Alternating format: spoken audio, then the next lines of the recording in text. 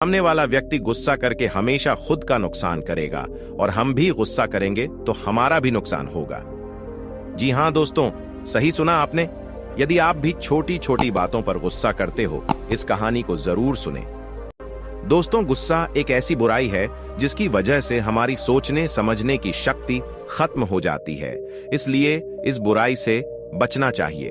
जब एक ही समय पर दो लोग गुस्सा हो जाते हैं तो विवाद बहुत बढ़ जाता है। जब सामने वाला व्यक्ति गुस्सा करता है तो हमें शांत रहना चाहिए। ये बात हम गौतम बुद्ध के एक किस्से से समझने की कोशिश करते हैं। दोस्तों, एक व्यक्ति हर रोज गौतम बुद्ध के उपदेश सुनने आ रहा था। वह बुद्ध से इतना प्रभावित हो गया कि उसने ये तय कर लिया कि अब इनकी सेवा में ही रहना है। वह भिक्षुक बन गया। वह व्यक्ति एक प्रतिष्ठित परिवार से था। जब वह भिक्षुक बन गया तो उसके घर में हंगामा हो गया। उसका एक रिश्तेदार इस बात से बहुत गुस्सा हो गया। बुद्ध उपदेश दे रहे थे, कई लोग उनकी बातें सुन रहे थे। उस समय वह व्यक्ति गुस्से में बुद्ध के पास पहुंच गया। गुस्से में व्यक्ति ने चिल्लाना शुरू कर दिया और वह बुद्ध को भला बुरा कहने लगा। जो लोग बुद्ध के उपदेश सुनने के लिए बैठे हुए थे, वे बेचैन हो गए। गुस्से में वह व्यक्ति बुद्ध को गालियां भी दे रहा था। गाली देने वाला व्यक्ति थोड़ी देर बाद थक गया। तब बुद्ध ने उससे पूछा कि आपको जो कहना था वह आप कह चुके। उस व्यक्ति ने कहा कि हां, मैं कह चुका।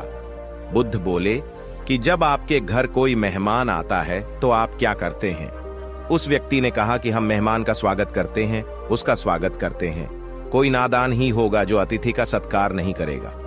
बुद्ध ने फिर पूछा कि आपके घर जो व्यक्ति आता है, आप उसे कोई भेंट देते हैं? और अगर उसने स्वीकार नहीं की तो वह चीज कहां जाएगी?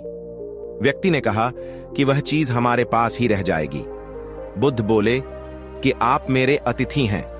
आपने मुझे जो सौंपा है वह मैंने स्वीकार ही नहीं किया है।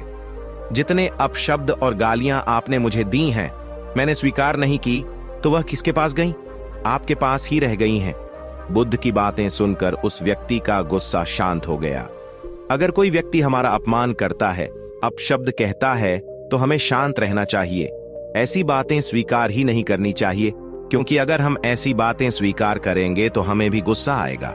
सामने वाला व्यक्ति गुस्सा करके खुद का नुकसान कर लेता है। हम भी गुस्सा करेंगे तो हमारा भी नुकसान हो जाएगा। इसलिए हमें गुस्सा को काबू रखना चाहिए और दूसरों के गुस्से का सामना शांति से करना चाहिए।